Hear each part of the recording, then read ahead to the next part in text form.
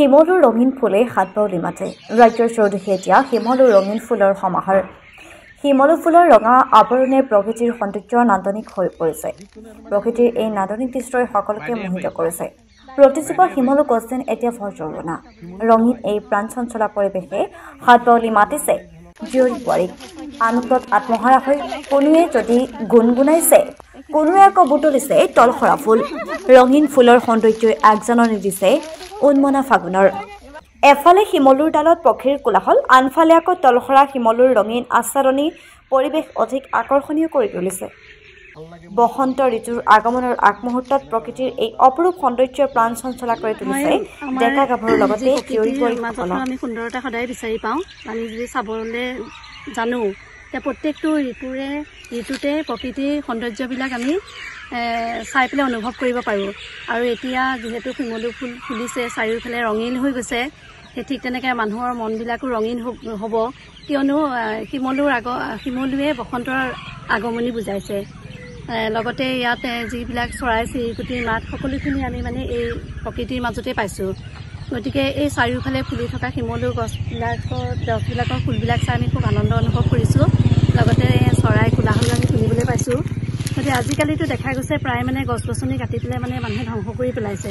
গতিকে এই সৌন্দৰ্যসমূহ চাবৰ কাৰণে, প্ৰত্যেকটো ঋতুৰ সৌন্দৰ্যবিলাক চাবৰ কাৰণে এইসমূহ যদি আমি সংৰক্ষণ কৰিব পাৰোঁ, তেতিয়াহ'লে আমি সদায় এই সুন্দৰ পৰিৱেশ আমি পাই থাকিম, এই নান্দনিক দৃশ্য দেখিয়ে থাকিম।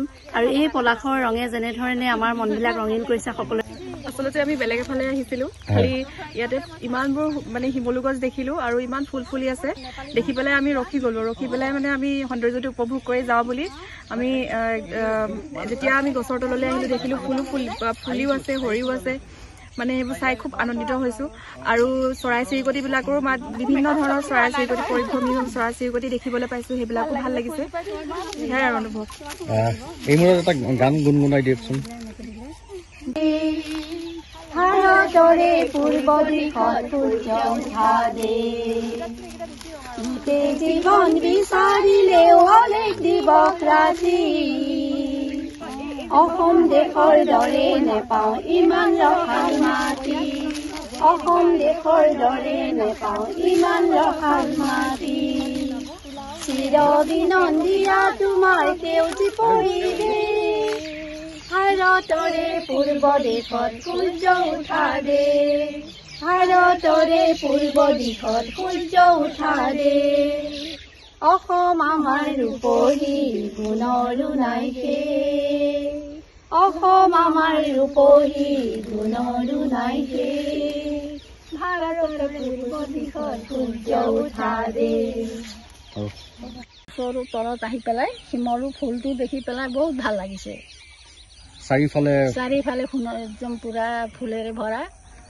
মইতো ইয়াত এতিয়া নতুনকৈ আহি পাইছোঁ, ভাল লাগিছে আজি ফুলটো দেখি পেলাই। এটা গান গাই দিওঁ, যদি এই মুহূৰ্তত এটা গান গুণগুণাই দিয়ে। হ'ব। এইখনি গাঁও বুকুৰ আপোন, ইয়াতে দেখোন নতুন সপোন, কোনে জুনি চাই জুৰিৰ ধপোন, ফুলৰ পাতত সাজোন কাজোন, এই গাঁও আপোন আপোন, এই গাঁও নিচে আপোন, এই গাঁও বুকুৰ আপোন, এই গাঁও আপোন আপোন। হয়, আমাৰ যি প্ৰকৃতিৰ মাজতো আমি সুন্দৰতা সদায় বিচাৰি পাওঁ। আমি যদি চাবলৈ জানো, এতিয়া প্ৰত্যেকটো ঋতুতে প্ৰকৃতিৰ সৌন্দৰ্যবিলাক আমি চাই পেলাই অনুভৱ কৰিব পাৰোঁ। আৰু এতিয়া যিহেতু শিমলু ফুল ফুলিছে, চাৰিওফালে ৰঙীন হৈ গৈছে, সেই ঠিক তেনেকৈ মানুহৰ মনবিলাকো ৰঙীন হ'ব। কিয়নো শিমলুৱে বসন্তৰ আগমনি বুজাইছে। লগতে ইয়াত যিবিলাক চৰাই চিৰিকটিৰ মাত, সকলোখিনি আমি মানে এই প্ৰকৃতিৰ মাজতে পাইছোঁ। গতিকে এই চাৰিওফালে ফুলি থকা শিমলু গছবিলাকৰ ফুলবিলাক চাই আমি খুব আনন্দ অনুভৱ কৰিছোঁ। লগতে চৰাই কোলাহলো আমি শুনিবলৈ পাইছোঁ।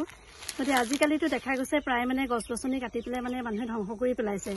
গতিকে এই সৌন্দৰ্যসমূহ চাবৰ কাৰণে, প্ৰত্যেকটো ঋতুৰ সৌন্দৰ্যবিলাক চাবৰ কাৰণে এইসমূহ যদি আমি সংৰক্ষণ কৰিব পাৰোঁ, তেতিয়াহ'লে আমি সদায় এই সুন্দৰ পৰিৱেশ আমি পাই থাকিম, এই নান্দনিক দৃশ্য দেখিয়ে থাকিম। আৰু এই পলাশৰ ৰঙে যেনেধৰণে আমাৰ মনবিলাক ৰঙীন কৰিছে, সকলোৰে মনবিলাক ৰঙীন কৰক, সেই আশা। এই মুহূৰ্তত যদি এফাকি গান যদি গুণগুণাই দিয়ে, গান আমাৰ এয়া খুৰীয়ে গাব। আপুনি যিকোনো এটা গান গুণগুণাই। ফুলক লৈ পেলাই ইমান মানে গান গাবতো নাজানো, তথাপিও ভাল লাগে মোৰ ফুল পাহি পুৱাই উঠিয়ে দেখি, ভাল লাগে মোৰ ফুল পাহি পুৱা